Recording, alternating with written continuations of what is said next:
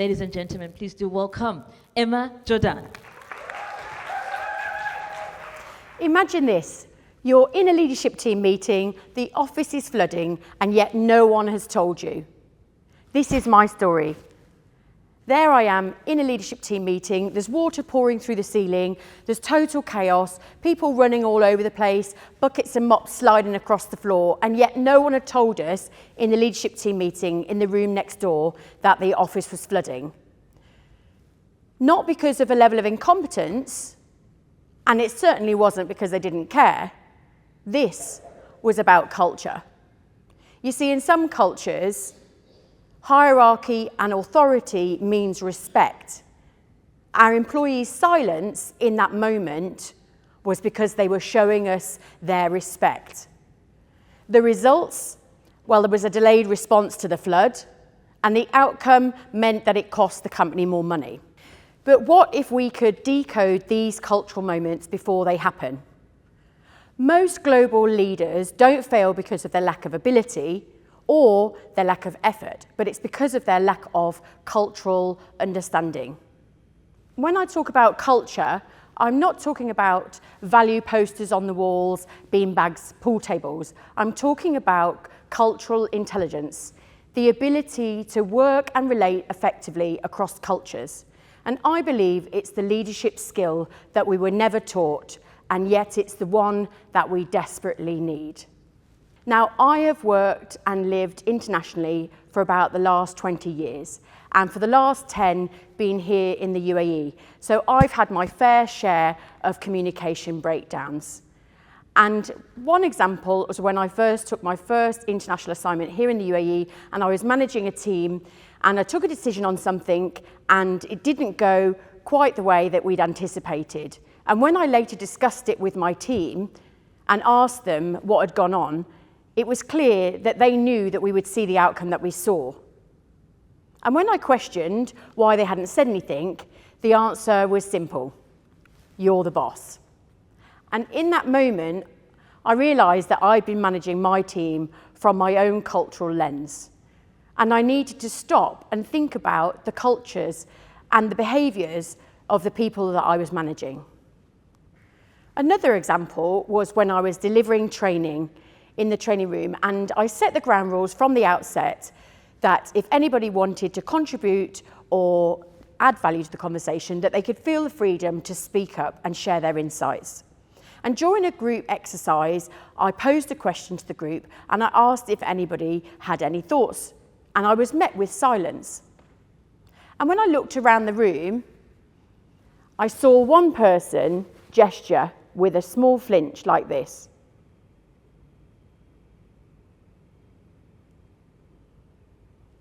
And I thought to myself, do they have something to say? And when I gestured to ask them and invite them to speak, sure enough, they had some insights to share. Now, the thing is, I come from a culture where we're very collaborative, we are direct communicators, and we speak up if we have something to add. But the people in the room came from more indirect, communicative, authority-orientated cultures where they don't feel the freedom to speak up, and they need to wait to be invited to speak up by the most senior person in the room. And as the trainer, I am considered as the most senior person in the room. As leaders, we have a responsibility to read the room and not just listen with our ears, but in fact, listen with our whole body. And I believe the Chinese depict this beautifully with their word for the word listen, and that is ting. They argue that you shouldn't just be listening with your ears to the words that are being spoken, but you should also be listening with your eyes to the body language and the facial gestures that are being used. You should be at one with the person that's communicating to you. You should be listening with your heart, so you're showing a level of empathy to the other person, and you should treat them as they're a king, because they're very important and they're worth listening to. And behaviour isn't random. Behaviour is based on our upbringing, it's based on our education, and it's based on our life experiences. It determines the way that we communicate, whether we're direct or indirect. It determines how we value time, whether we're more structured or flexible with our time. And it determines how we perceive power, whether we're more collaborative or whether we're authority orientated. And when people arrive at the office, they don't leave those cultural values at the door. They bring them into the office with them. And as leaders start to understand these cultural dynamics better, they start to understand how somebody's going to show up in a meeting, how they're going to be part of a project team, and how they're going to negotiate with clients. Because culture shows up everywhere. And it's not just in the workplace. It shows up in social situations, it shows up in WhatsApp groups, it shows up in family circumstances, and it even shows up in restaurants. I was in a restaurant the other day and I asked the waitress for a Coke Zero, and she responded with, "We don't have any Coke Zero." And then she stood still and she waited patiently and politely. Now, in my culture, the waitress would typically say, "We don't have Coke Zero," and they would then offer alternatives. "We have Diet Coke. Is that okay?" And then I could respond with, "Yes, that's fine." But in this situation, the waitress said nothing. So I had to ask, "Do you have any alternatives?" To which she said, "Yes, we do. We have Diet Coke." And then I said, "Okay, great, I'll have one of those." So in my culture, we offer alternatives. But in other cultures, offering unsolicited alternatives can be seen as rude. And so sometimes it might be your responsibility as the most senior person in that situation, me being the customer, to take the conversation forward.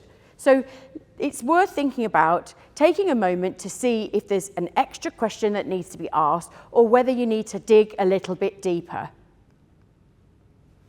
So I'd like to introduce you to a cultural intelligence strategic tool called RAPID.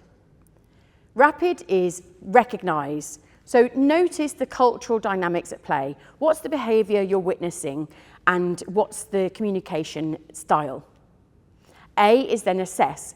Assess and evaluate the cultural context and the implications. So what's the purpose of this interaction? Are we trying to build relationships or are we trying to negotiate with a client? P is for pause. This is where it's important that you create space before you interact. So we don't respond based on our own assumptions. We pause for a moment and reflect. And interpret is to enable you to consider and interpret the cultural context of the other person. Why are they behaving the way that they are? And is that because of their cultural values? And D is decide. This is where you can choose how you then want to respond based on the other 4 pieces of information that you've gathered. Now, cultural intelligence is ethically the right thing to do. But if that doesn't convince you enough, it's also a competitive advantage. Research from the likes of Deloitte's, SHRM, BlackRock, Economic Intelligence Unit, all argue that companies that leverage cultural intelligence will outperform their competitors by 29%. And that's because they'll see a reduction in attrition by 30%, they'll see an increase in employee engagement by 40%, and they'll see an increase in productivity by 10%. Now, culture shows up every time. You might be sitting there thinking, well, I live and work in my home country, so how is this relevant to me? Well, most of us these days are working in hybrid teams across multiple countries in virtual team meetings. And leaders who know how to decode culture, build trust, enable innovation, and make people feel seen will be the ones that will make the difference. And even if you're still living and working in your home country, culture shows up every time. These days, we're all working in hybrid teams across multiple different countries and having virtual meetings. The fact of the matter is that leaders that are able to decode culture will be the ones that will see success in the future. Those will be the ones that build trust, create a space for innovation, and help people to be seen. So you may have walked in here today not knowing about cultural intelligence, but now you know. So I'm going to leave you with this question. How are you redefining leadership and influence in your global village? Thank you.